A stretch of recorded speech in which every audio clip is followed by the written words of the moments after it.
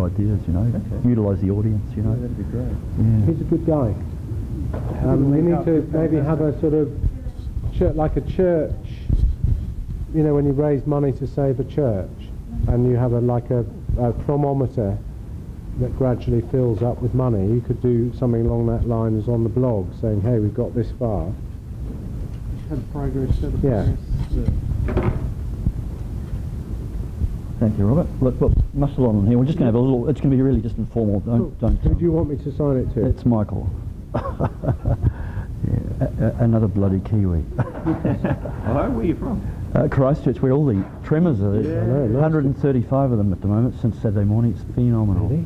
Yeah. I'm going to Queenstown next week. I hope there won't be any there, will You there? got to watch an Englishman. They'll always steal your pen. Should be good. We are quite good. But you're a local now. Anyway, all right. Craig, Jay, and Robert, thanks for spending a little time chatting to Ken's blog. You guys must be mad first, and you're learning from the maddest person of the three of them by the sounds, who's encouraging you to do something incredible.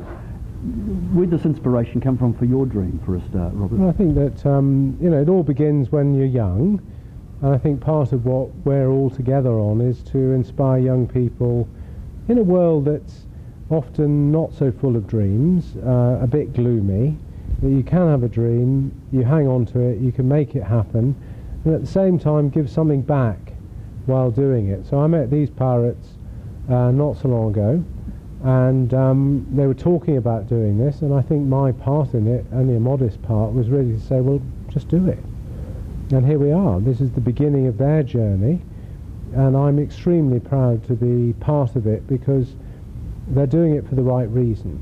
And what they've seen, you know, it's all very well saying, you know, the world's changing and got climate change and global warming. These people have actually seen it. These guys have witnessed it, you know, in places where there's ice. Now, there ain't much ice in Cairns, but, you know, if you put a block of ice on the street in Cairns and it's 0 degrees here, it'll stay here forever. If it gets to +half, it'll melt. So where we're stupid enough, in my view, sensible enough to go, we go to where there is ice, and it is melting. You know, the guys have seen it during their mountaineering. I see it every year in the Antarctic and in the Arctic, and we should listen to that. So not only they're going on an adventure, they're doing something with it, and that's what really matters to me. You know, in a country where it's really important they take this issue seriously. And bluntly, they don't take it seriously enough in Australia. And so, you know, it's fantastic that these guys are coming forward, pushing the envelope and getting people going on it. Because we can't sit back comfortably in Australia and say, she'll be right, mate, and hope that the world will sort itself out. We've got to do something about it, and they are. And listening to your story tonight, it seems it's a materialistic world that we live in, and this reaction is really some way of actually doing something which is quite natural and beautiful, I guess, because seeing all that waste that's around there must really anger you that we are a wasteful human race. Well, we are, yes, but at the same time, I don't think you can say no to people. What we've got to do is we've got to be able to say, yes, you can do it, but do it in the right way.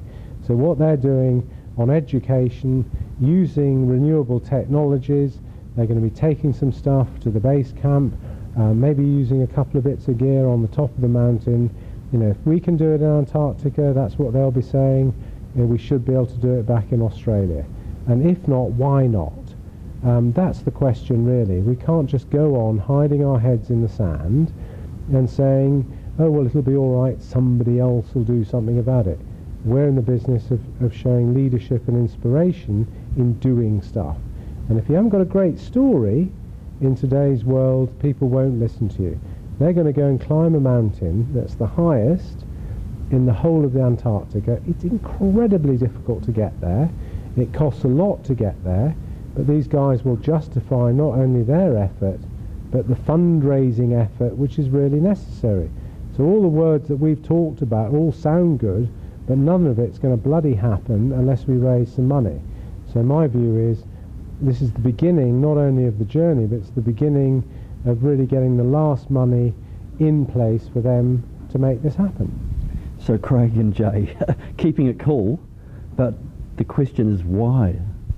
Why keep it cool? Well, I think what was outlined was how much ice is actually locked up in Antarctica, and if we're going to release up to maybe 3 to 4 kilometres thick of ice, we're going to be swimming down here. That's one good reason, but we're also going to bring it back home. We're going to lose the Great Barrier Reef as well. So keeping it cool is really what it's all about. It works both ways, in the tropics and in the Antarctica. And why not go to the coldest continent in the world to shine the spotlight on global warming? And Jay, what's your kind of philosophy behind this mission? I mean, really, I just come from a passionate base.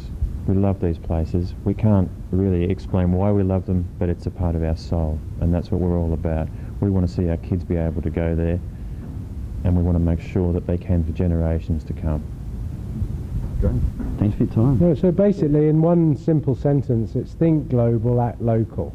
But actually, it's more than that. It's act local, act global. So that's what it's all about, and I'm delighted that they're doing it, and we're going to make this happen. It's a done deal. Okay. Thank you. All right. Thank you.